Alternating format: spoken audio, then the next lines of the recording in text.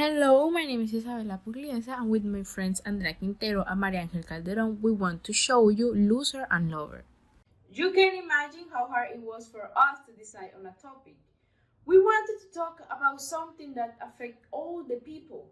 But what is something that has affected all of us at some point in our life or that will eventually affect? And if you don't know what I'm talking about, then I'll present to you the love. We are here to talk about how beautiful and positive it is to fail in love. So, between all of us, we are going to undo that concept of failing. It's clear that when in love we can identify many failures. Today we are going to focus on three. First, failure because of unrequited love. Second, failure because for not being happy within our own relationship.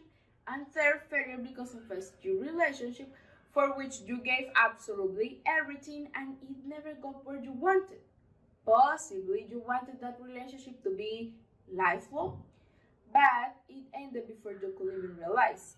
And you might be thinking right now, what does the girl know about failure, especially what it means when we are in love? And that is where I wanna get. Love is a universal concept that unites everyone.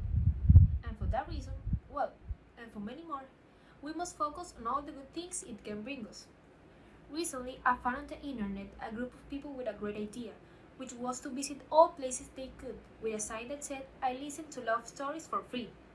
Of those almost 300 stories that they heard, read, and all stories that people send them in every way they could, 18 are part of From Your Heart to My Book, a book of real love stories.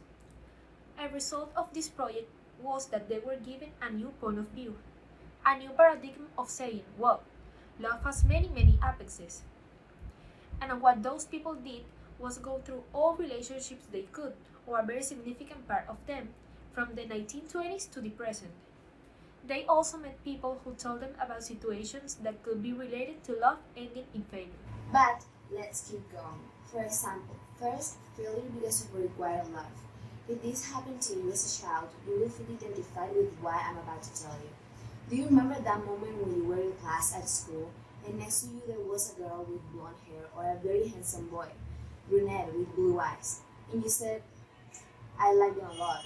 And of course, you analyze all the information you have from all the movies, romantic comedies that you saw up to that moment. And you said, "It's easy, right?" You pick up a rose you bought at the entrance of the school, go to the schoolyard, kneel down and say, "I love you." And right there we found ourselves with the most important lesson that we were going to have in our life. The first no. That first and ridiculous slap to the face in front of your classmates, which I would say is very important to receive. And the sooner, the better. Because we always get the best from our family, our father or mother who treated us great since we were little and everything was answered with yes. But it turns out that it is not that easy to get things, which leads us to another interesting lesson, which is that you have to try to get things done. Try to get what you are looking for. You cannot just keep thinking, what if I did it at that moment? I could try to define it as best I can, but I think Bruce Lee does it much better. He says, "Better a scar on the skin for being brave than intact skin for a coward." But let's talk about failure, this time during adulthood, where it happens more often than ever. Being in love, and I don't know if you believe that you've already gone through that stage, but I do, it is the greatest source of energy that we can treasure. I don't think that the human being feels something much better beyond being in love, but that source had its appears can disappear, and with that it can lead you to a very ugly feelings of emptiness.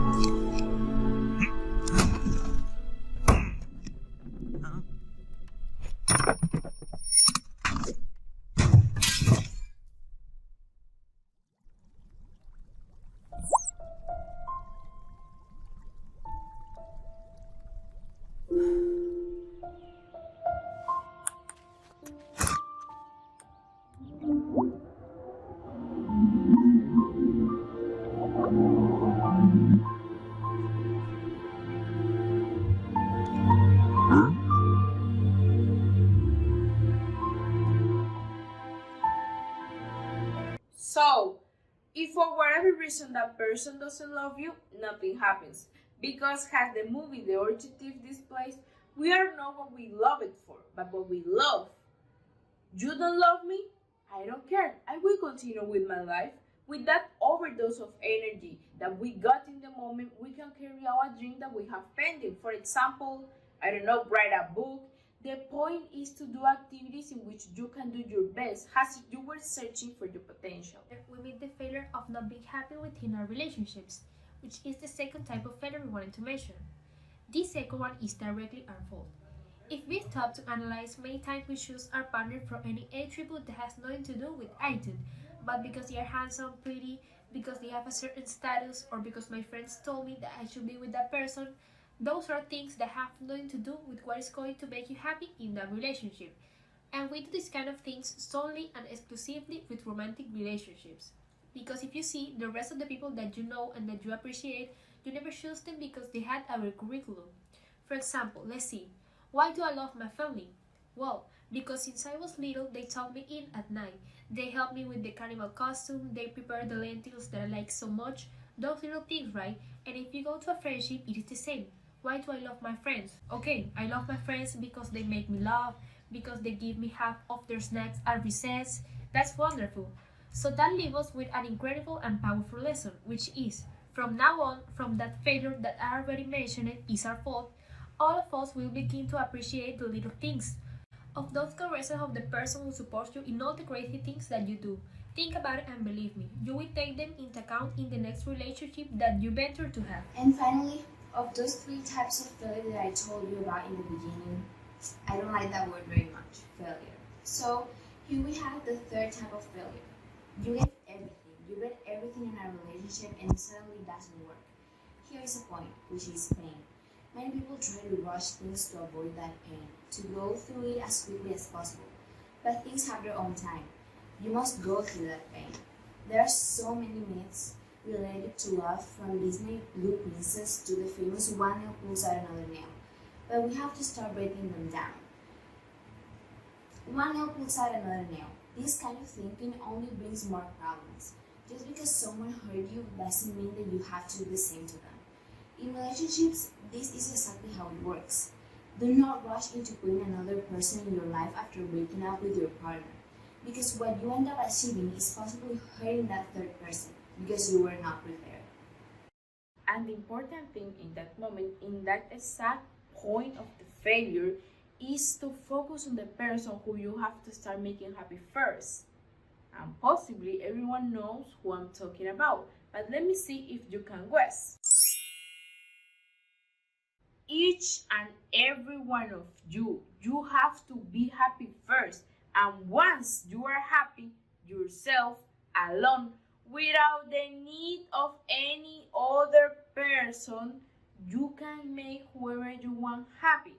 The last thing I want to say is love madly, because that is the only way I know in which you can fulfill your dreams. Thank you.